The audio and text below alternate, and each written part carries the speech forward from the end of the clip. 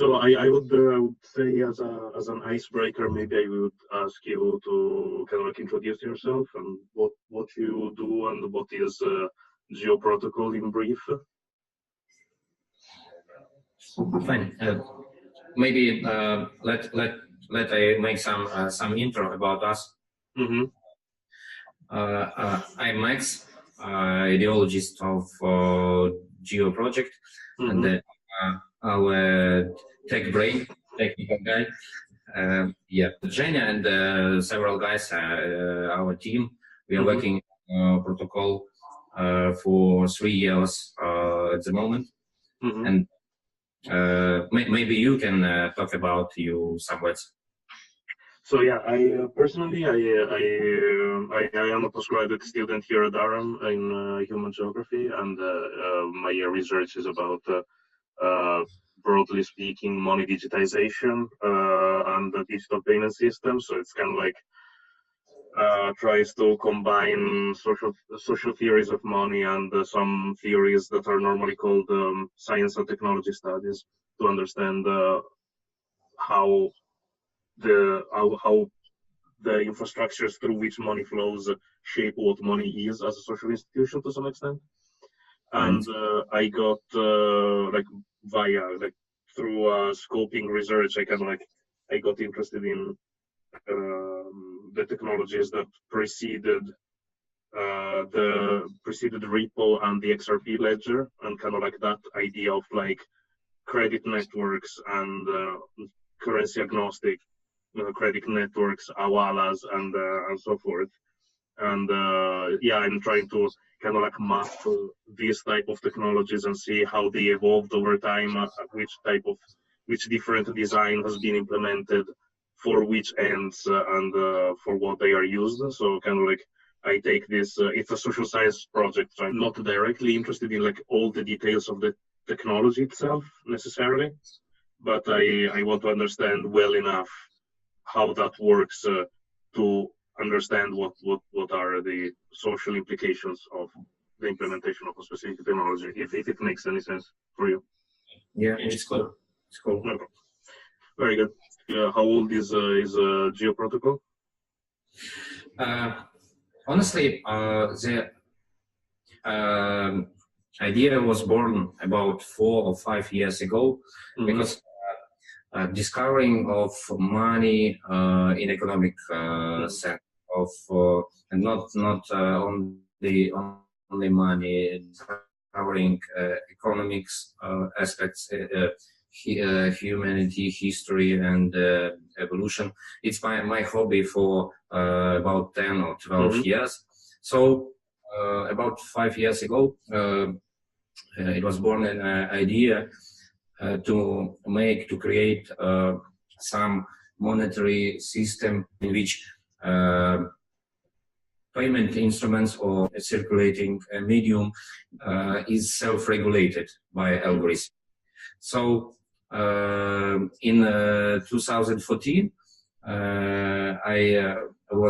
I met and was impressed by distributed technologies such as blockchain. Then the idea was changed in technologies direction. Mm-hmm. And so about 3 or 4 years ago, I met Dima, and we start to develop distributed network, mm-hmm. Allow to create money tools, assets, and by every participant of the network to change. In this way, GEO was started. Mm-hmm. So, like, did you approach it directly from kind of like blockchain and crypto background, or? No, honestly, it's not blockchain. Mm-hmm. Yeah, no, like it. It is also distributed technology, but in different way. In our beginning, we have studied blockchain technologies, and in result, we have understand that blockchain technologies have any limitations of scalability, of efficiency, mm-hmm. And some another. So we decided to develop another solutions with no common ledger. Mm-hmm. Yeah, I will get to kind of like some questions on how the system works in a minute. So like yeah, because in terms of like interoperability standards and technologies, it is often the case that people approach this field coming from a specific cryptocurrency and kind of like yeah trying to offset limitations, or it's maybe the environment is like decentralized exchanges and so on, and trying to smooth that side of cryptocurrency transactions and so on. So that was not directly your case, right? You came to it from a different route, right? The core idea here is that in times where we started to develop the research, not even develop the research, the main ideas of the project, the crypto community has grown enough to provide some kind of real-world solutions. And we saw that this solution can provide a community with strong guarantees about distribution and cover the operations in this network from some kind of fraud. And we decided that the GEO itself must be as secure as any decentralized system, but in the same time, we really understand that the blockchain ecosystem, almost any blockchain ecosystem, is really limited in capacity and transaction throughput, and that's why we decided to try to find some different ways, some maybe alternative way of this core idea. Okay. And I've seen that you posted also on the original Ripple Pay mailing list. Did you already know about Ryan Fugger's Ripple ideas before you thought of the GEO protocol, or while developing it you saw that it was an interesting project and they decided to get in touch? When we started to develop our solution, so near the time we met a Ripple idea, and we see that it was very close to our actual model in economic sense. Yeah. But in that time our technology approach was different, so we decided to develop in our direction. And in what is it different? I think maybe Dima can explain. I think. Okay, I will try, but I want to clear some aspect. Do you asking us about the differences in a technical solution or in economics model? To some extent, both. I mean, to the extent in which you are comfortable talking about it, it's not. But yeah, a bit like just to have an overview on how they are different. Okay, so from the tech side of the solution, we have several differences from the original Ripple idea and current Ripple realization of their ideas. So the main thing, I think that each one node in our network is a ledger itself.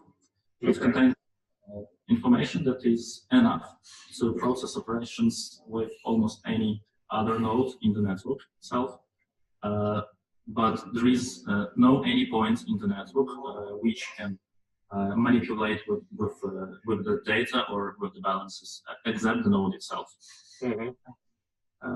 Nodes can be connected into pairs, and each one pair of nodes in the network makes some kind of chain of operations between them two. So the network consists of the pairs of nodes that share the common state and common balance between them.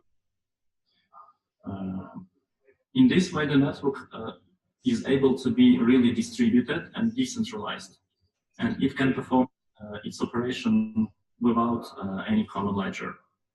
So each one node that is involved into the operation takes some part on calculations for this transaction and spends some energy of its device, and in this way is supporting this operation. Nodes are not involved into all the operations in the networks. Node takes part into that operations that really involves them. So from the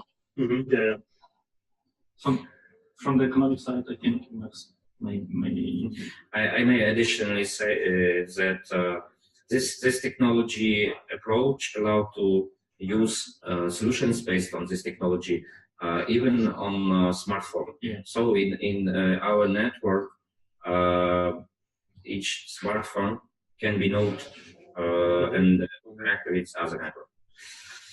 It's a really big advantage on the classic decentralized systems, because most of them are based on blockchain that cannot be processed on mobile devices. And the mobile devices in these scenarios are only SIM client before the main blockchain. In our case, one node in the network can be launched directly on a smartphone and perform operations with other smartphones and other devices in the network itself. So I can add that in economical direction, that in the beginning we were goal to create our network for every participant, not to create network with intermediaries, with any central points for calculation, for accounting, some kind of miners. We really created for participants, we mean people itself, yeah. So that's why our goal is to build network which can work on even on smartphone. Sorry for my English. So the next point is that against Ripple network, in Ripple participants use IOU mostly issued by gateways, which are holders of native assets. And in our network, we use USD mostly, such as measure of value, such as equivalent. So in our networks, our gateways use one equivalent, USD or Euro or Hryvnia or any kind of asset, just only such as measure of value, and use this equivalent to accounting relations between two participants in network, or we can use like Ripple for gateways as their obligations for some native assets. Okay. So is it similar to rather than the Ripple system as after 2013? Is it more similar to like the Ryan Fugger Ripple system of early 2000s? Yeah. Really, it's more closed for Ryan Fugger. So one thing that it's kind of like, if the balances are held individually, so basically not individually but like pairwise, like each node pairs with other nodes, records their own balances, and then payments are basically routed across these credit relations. How, without a common ledger, how do you avoid? I mean, it's not the right word, because in credit systems it's not really a problem of double spending, but it's a matter of more of like people owing too much to too many people. It's like when a check bounces, or there is an overdraft. But how do you avoid like double spending or double owing or? We like this question very much. Yeah. It's a really frequent question for us. Can imagine. Each one connection between two nodes, each one connection in the network is shared by the two nodes itself. And in the moment of creation, this channel, the nodes are must agree some kind of initial state of this channel. For example, we call these channels as truth lines, as that was called in the original idea. So, for example, if node A opens trust line for node B, node A must specify how much it trusts to node B in some kind of equivalent. For example, node A can say that it trusts to node B 100 of equivalent dollars, for example. And each one operation with this channel involves these two nodes. So, for example, if B wants to pay A, for example, $50, then B will always be able to check how many of asset A is trying to transfer to B. Each operation on each one channel in the network would be checked by all nodes that are involved into this operation. So the double spend is really impossible because, first of all, there is no common balance of nodes in the network. So, for example, as in blockchain, where all participants have their balances. GEO protocol and credit, as in almost any credit network, there is no one common balance of node in the network. There is several relative balances of node with each one of its neighbors. So the main aspect that prevents double spending attacks in the network is that each one operation must be checked by the neighbors of the node itself, but only that neighbors that are involved into some kind of payment operation. Okay. So which currencies are supported and how, like if it's like currency agnostic, like can anybody, like create currencies whenever they want? And if so, which kind of procedure is there in place for people to issue a new currency? Protocol itself is really currency agnostic. It can process from the technology view, it's bytes and bits, and each one participant of the network is able to create its own some kind of equivalent, and so process operations in it. In the near future, we are planning to provide community with a globally available registry of this equivalence, where any participant of community will be able to create its own equivalent and propose it for operations in the network. And community also join so there's some kind of majority of this equivalence in the future.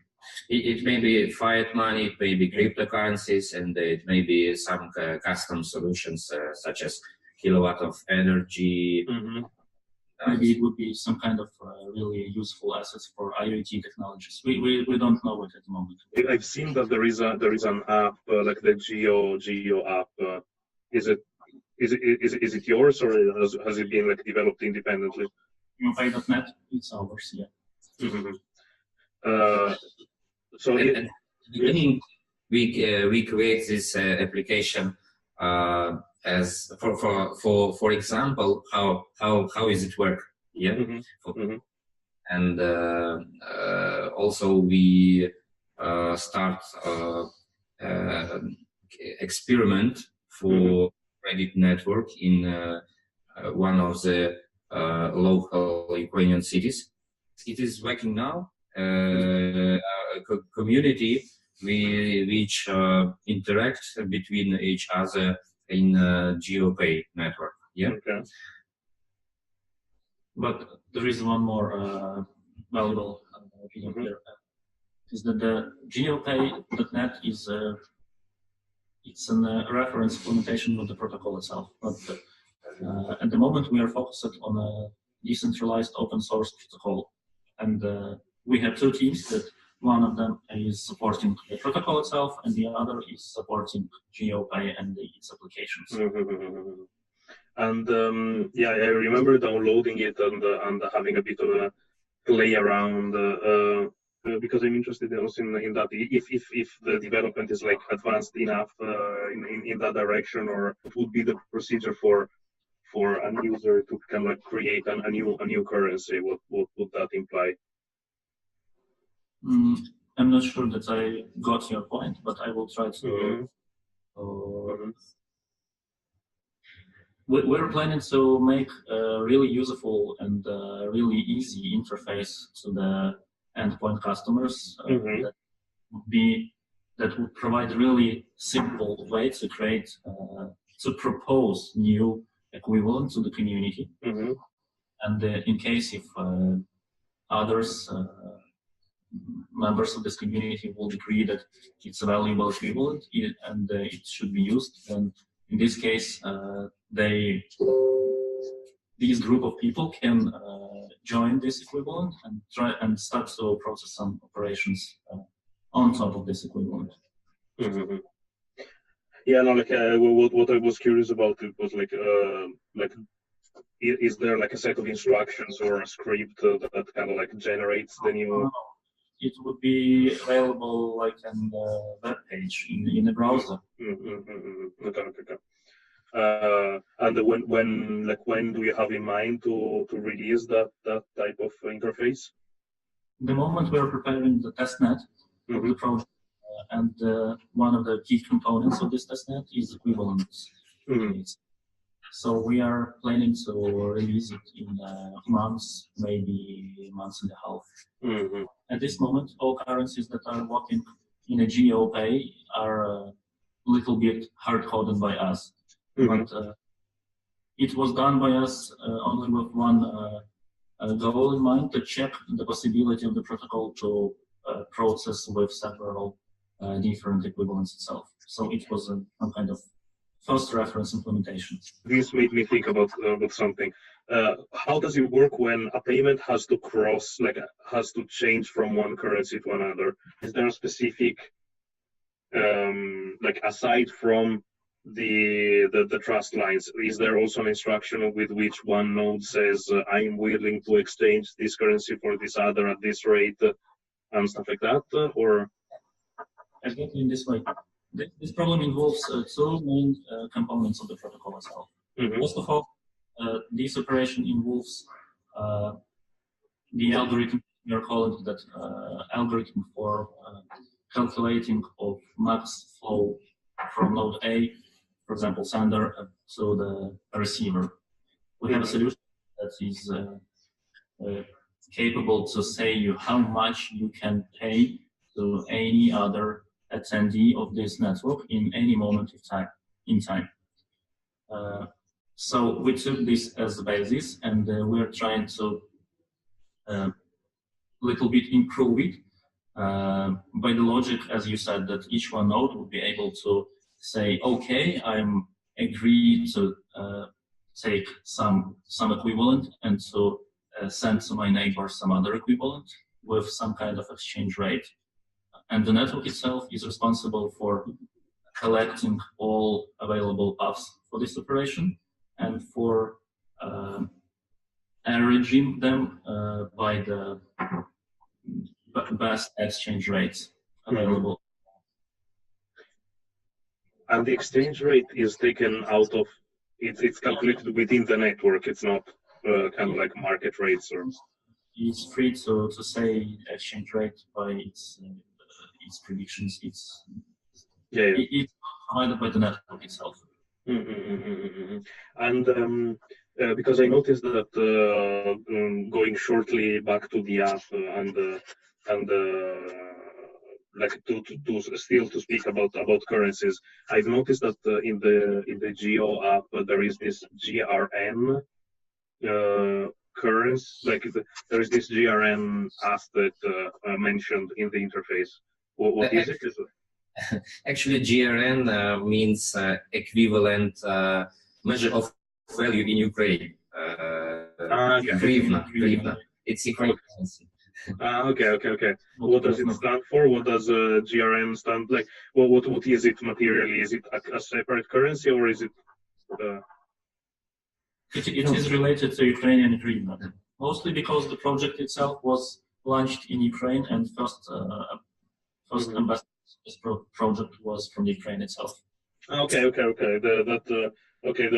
That part I didn't know of. And was it connected to a specific community of like a local exchange trading system there, or an alternative currency network, or it was just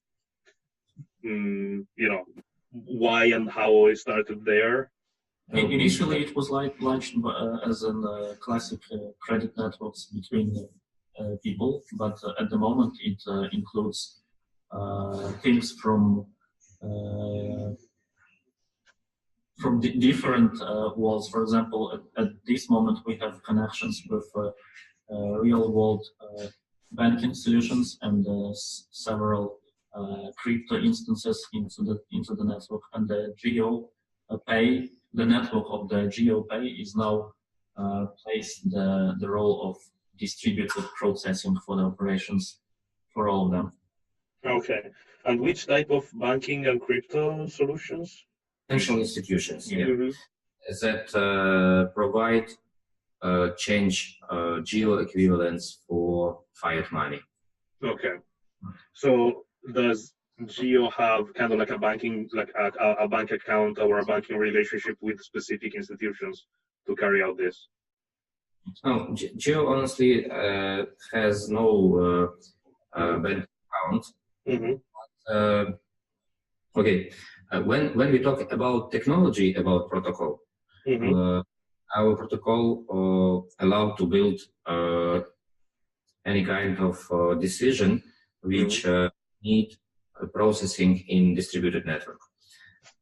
So at the moment, GEO Pay has no financial license or any banking license, but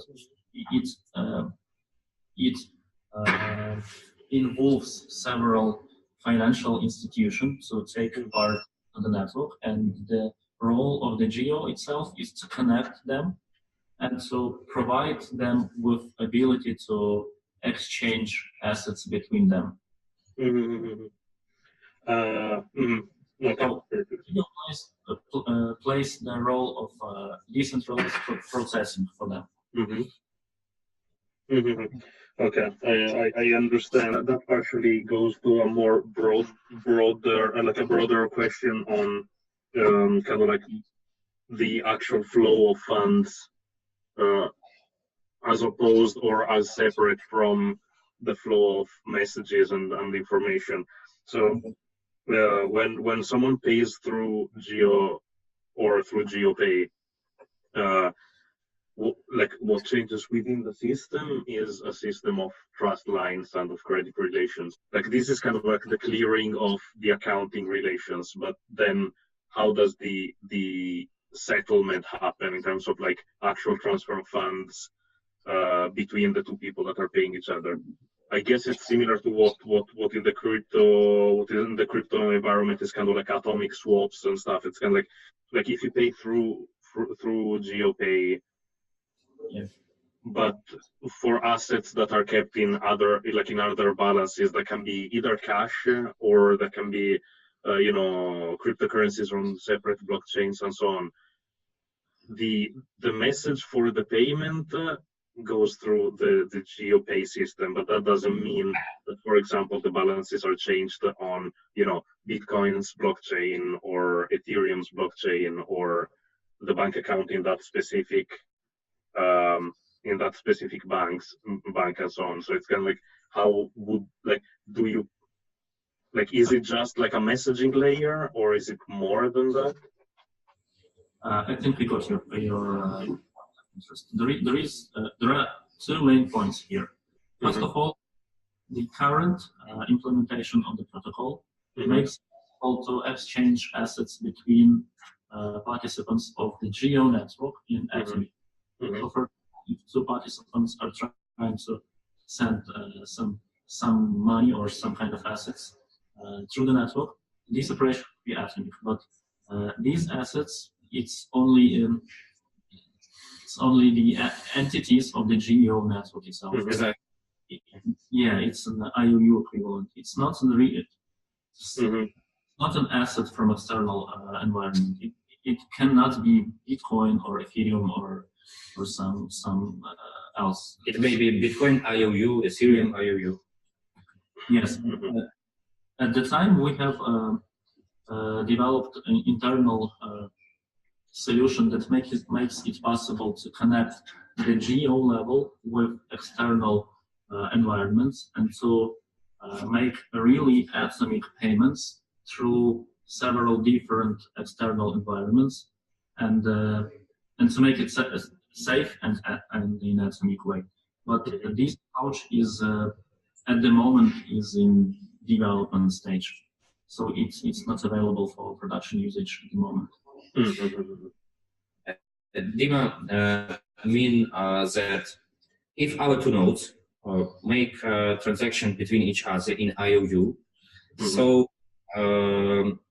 the next approach, which is in development now, will allow to change your obligation to me for a real asset in blockchain network. Even if two nodes are in some kind of conflict between them. So, such as state channel technologies, such as Lightning Network, such as RIDE. And where do you see GEO like in a way positioned within the market? So do you see it more as a kind of something oriented towards alternative currencies and local exchange trading system, time banking, that type of like community currencies, or is it something more similar to like fintech, paytech, or is it more the crypto space and so on? Like, do you see yourself as aside from the technology that can be used in many different ways, but the direction towards which GEO wants to go, do you see it more as a something for community currencies, or more about fintech and payments and speed and so on?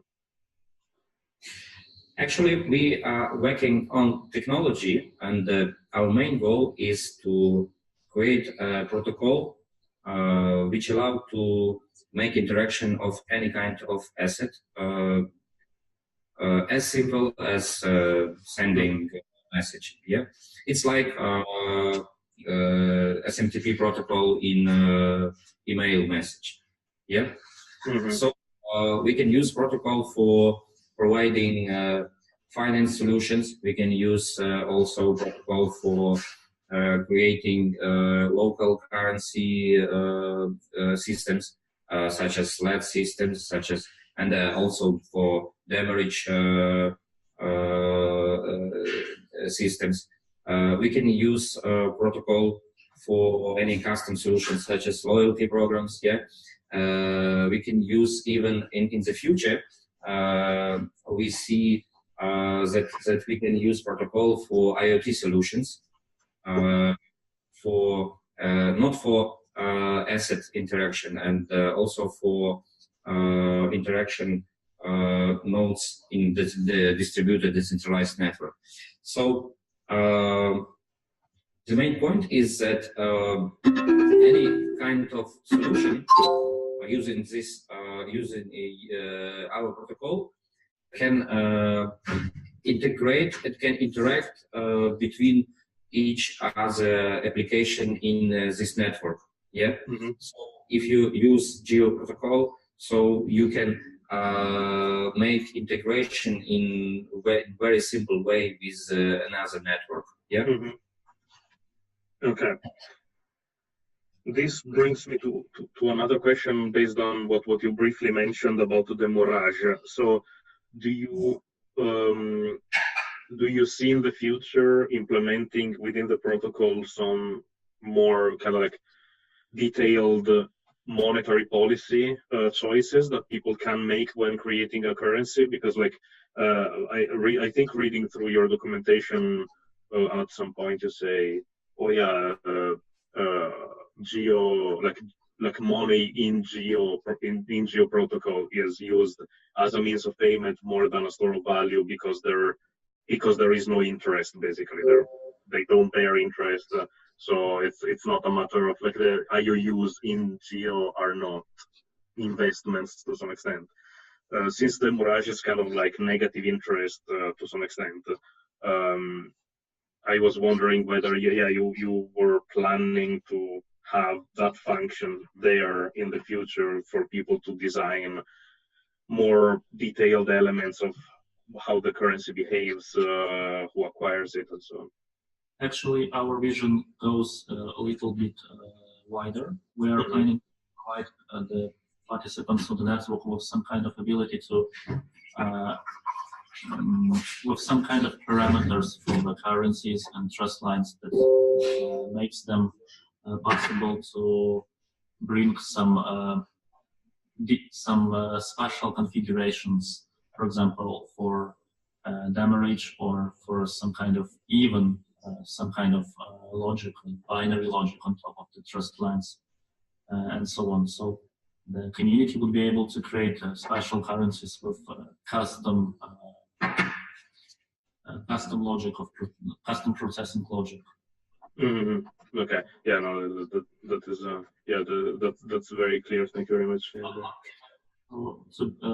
yes. The behavior of the community. All we want is to provide the community with the tools and the possibilities to configure the exchange scenarios, the behavior of the community in the way that will fit the community in the best manner. We can say what this scenario would be at this moment, but we want to provide the community with tools to be able to build this scenario. Mm-hmm. Okay. I saw that you also mentioned in one of your blog posts the interledger protocol as an example of achieving atomicity in payments and so on. I was wondering whether you are in contact with ILP and that community, and whether that actually had a role in you starting to work on the project, or in how it was eventually carried out, and what are your ideas about that? So in that article that you mentioned, the interledger protocol was mentioned in comparison with a comparison reason only. Protocol is really independent from the interledger and does not use it. And when the GEO protocol started to be researched and developed, we really didn't even hear about the interledger itself. So the development process was some kind of in parallel. And at this moment of time, we see a little bit weakness in interledger and the possibility to break the atomicity of payments.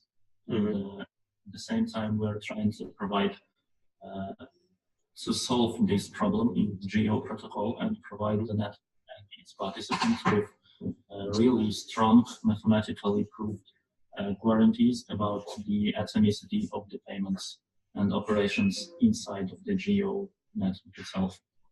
So that's why we're trying not to use HCLC or HLA mechanics and And so one thing that I couldn't understand is like, so you're where are you based as a company? We have two teams that are working in parallel. One of them is working on a core protocol, and one is working on a GEO and its front-end applications. Both of them are located in Ukraine. The core located in Kyiv, it's the capital of Ukraine, and the GEO is located in it's also in Ukraine, yeah. But not in Kyiv. Okay. Yeah, do you consider yourself mainly a software company or a fintech company? It's kind of like I can imagine that you're more of a tech than fintech. If you said that our protocol is open source, so our team is working on open source solution, and GeoPay application is a fintech solution. Commercial solution. Yep.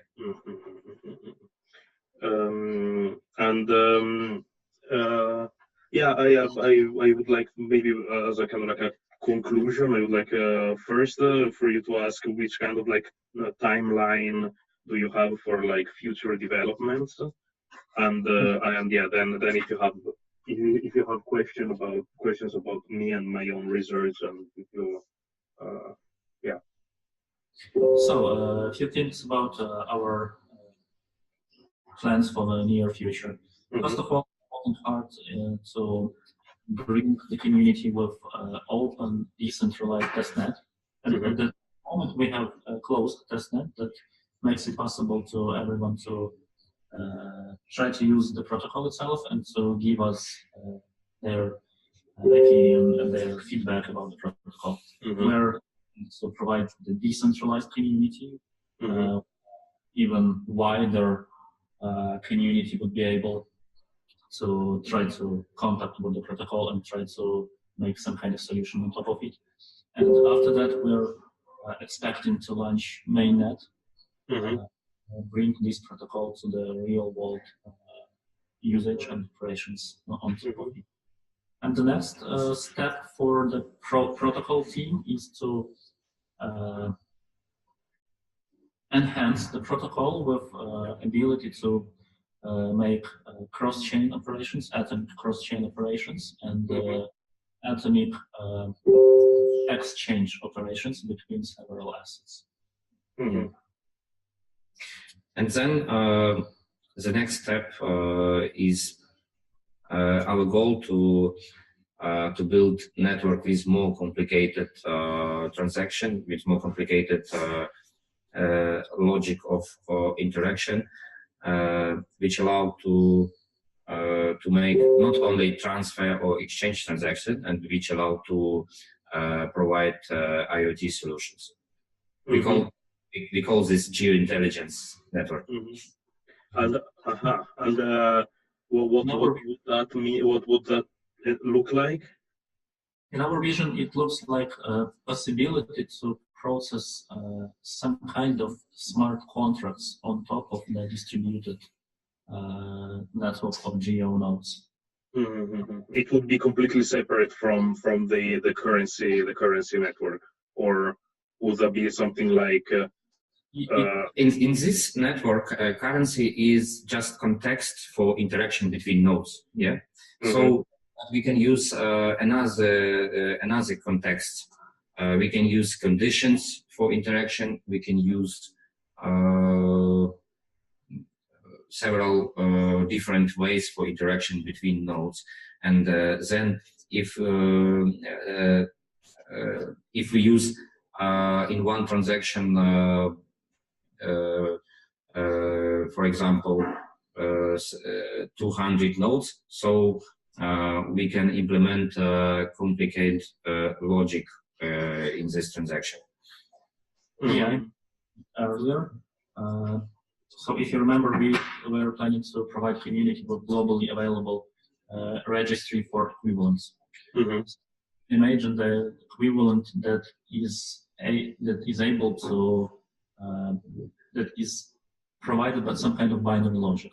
So, for example, if nodes are opening the communication channel in this equivalent, they are automatically agree to follow this logic and so process some kind of operation in the network and some kind of smart between them. And if we think about a little bit wider, it's a real possibility to execute and to build really complicated binary logic on top of the low-level network itself. I see.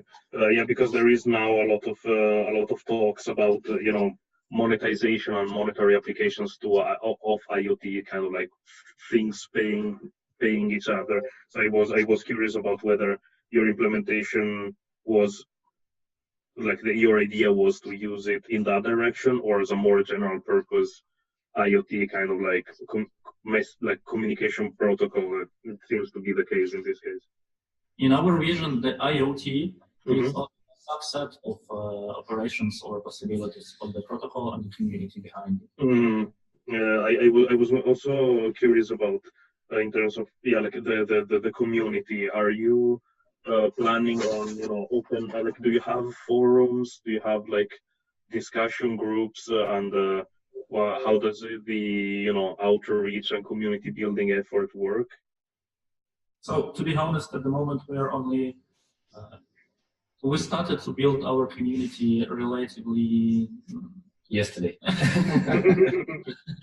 not yesterday, but maybe a few months ago. Yeah. At the moment, we have involved only maybe several hundreds of community members. But we are really planning to grow the community itself and to involve people to join the project and to try to maybe not to develop it, but try to use it and try to customize it, maybe try to make adoption, for this protocol in their vision. It should be really valuable for the community to join our GitHub and our Gitter and our Medium, so to try to follow the project and our status at the moment. Very good. Yeah, I think I didn't see the Gitter bit, but I found the GitHub repo and the Medium blog, and they are on my watch list. So yeah, if I find other people that might be interested in, I can also put them in contact with you. We will send you our Gitter. For example, we are really interested into some kind of research from the economic point of view about credit networks and the systems like ours here. So I believe you have these kind of materials. If you Yeah, no, I have some literature on this, and I was planning to kind of like expand and doing some of more systematic literature review on this field, both technologically and also historically. So yeah, if I will definitely go through what I have so far and send you some articles that can be interesting for you. And definitely. Had our guys send you our own researches? We have several own articles about in economical aspect about price credit networks. If you wish, we can send you our researches. No, if I find, it's not strictly economics literature, so it's kind of like at the crossroad between economics and social sciences. So it might be economic geography, or it can be economic sociology or economic anthropology.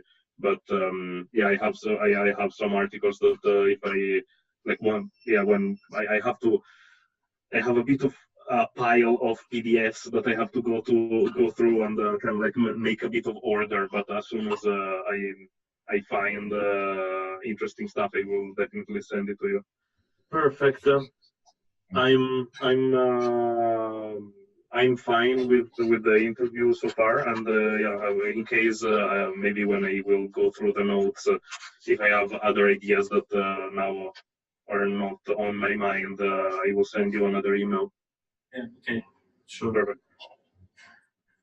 So we are very thankful for your time and your interest in our and development. Yeah. Thank you for your time as well, and it's a very interesting project. So I'm happy to keep in touch. Hear some kind of this. Very good.